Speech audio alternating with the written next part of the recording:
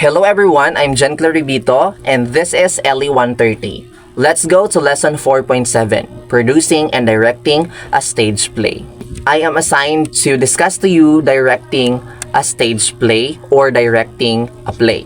Okay, but before we proceed to the discussion, let us first read our learning outcomes.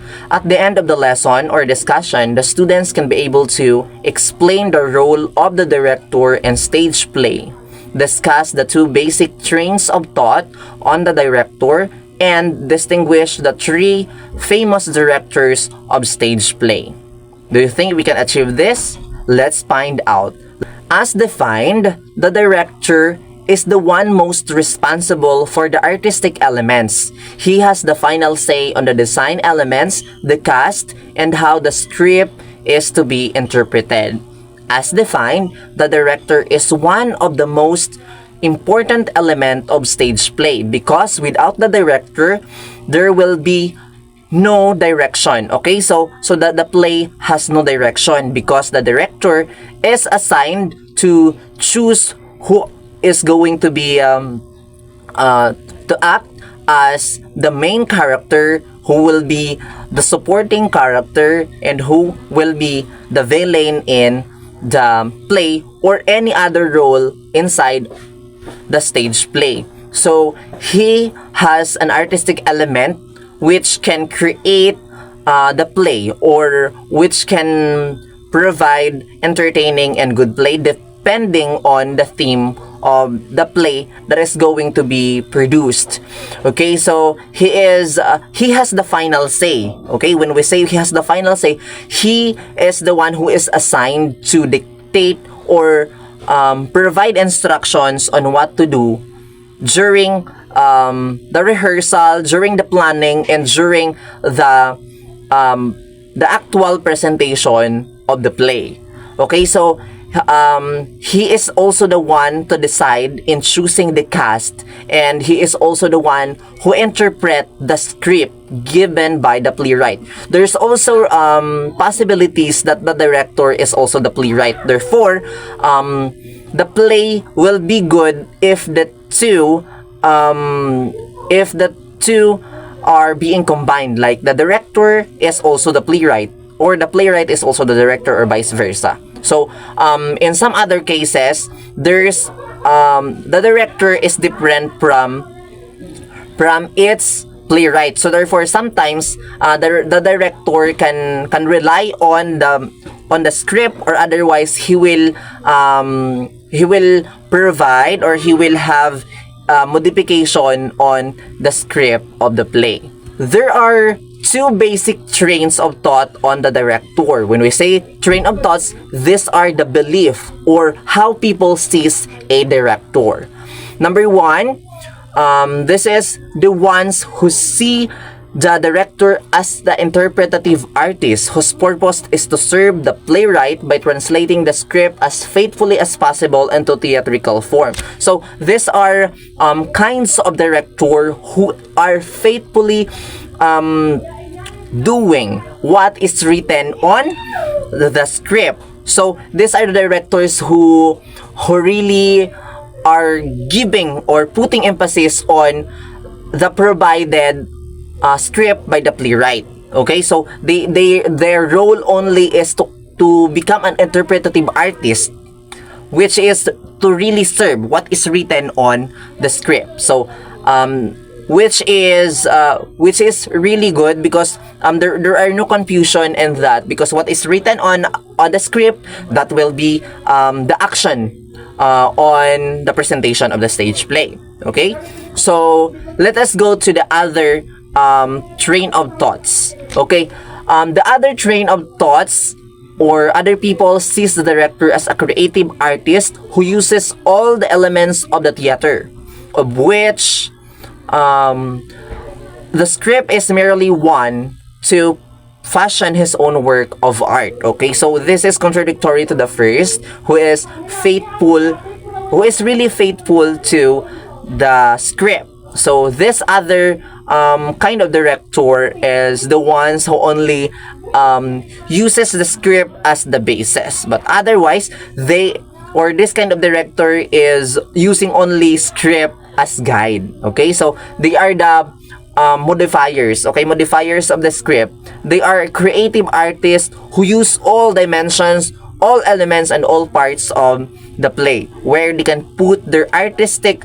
interpretation of how they seized the play, on how they direct the play in order to enhance and produce an excellent kind of stage play presentations. Regardless of those two school of thoughts, it is the director's responsibility to decide on the interpretation of the play and to guide the actors in interpreting the rules to fit within the context of this interpretation.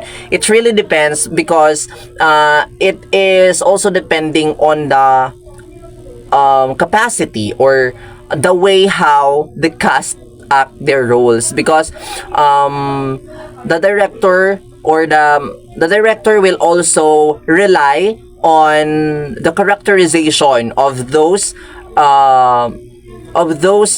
people who will rule out or act out the role of a certain character in the stage play. So it is the responsibility of the director on where he relies on the script, or he will add other elements of the theater in order to accentuate or to provide enhancement on the outcome of the stage play. Okay, so regardless of everything, any basis or any references, the director's responsibility is to decide on how to interpret the play, on how to enhance and to have a quality stage play presentation.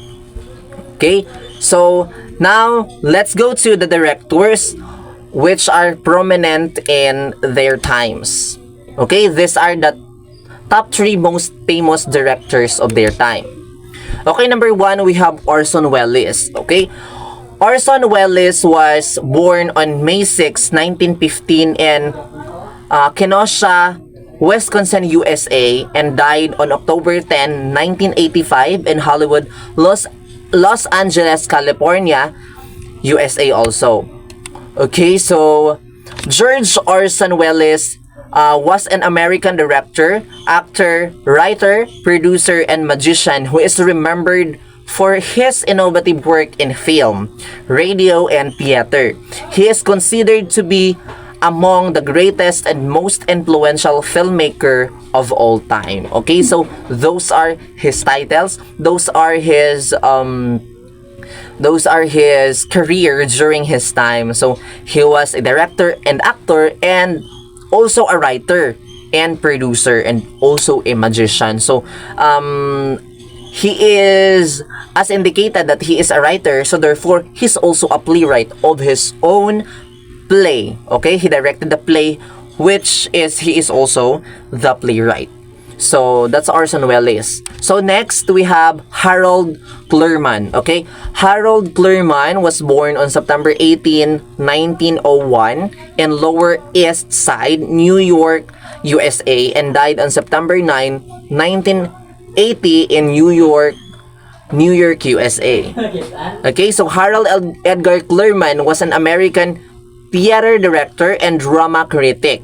In 2003, he was named one of the most influential figures in USA theater by PBS. He was one of the 3 founders of New York City's group of theater. Okay, so Clurman was a theater director and drama critic. So he is a director and a drama critic. So when we say drama critic, he has critics on dramas. He's also hired as critic by some other directors or some other producers of film or any other genre which is related to stage playing. Number 3, we have Joe Mantillo. Joe Mantillo was born on December 27, 1962 and lives up to the present. As of now, he is 61 years old. Let's know deeper about him. He is an American actor and director known for his work on stage and screen. Okay, so he is also an actor. So he first gained prominence for his Broadway acting debut in original production of Tony Crusher's two-part epic play, which entitled Angels in America, for which he received Tony Awards for Best Featured Actor in Play nomination. So, aside from being a director, he's also an actor of the play, where he was given an award. Okay, so Tony Award for Best Featured Actor. To explain further about Joe Mantillo is that Joe Mantillo has a partner named John Robin Bates, who is a playwright. Okay, so there are times that his play or the play that he directs is Robin Bates is the playwright of some of those plays. So he had been partnered to Bates from 1990 to 2002. So Robin Bates died in 2002. So at present, he is in a relationship with Paul Marlowe, who is a custom clothing company owner. Okay, so they were partners since 2018 onwards. Okay, those are the directors or the top 3 directors who are prominent in terms of stage play. Okay, so if you search online, there are lots of directors in producing and directing a stage play, but I only choose the top 3 of those. Okay, that's all with our discussion for today. I hope you learned from this lesson. Thank you. Bye.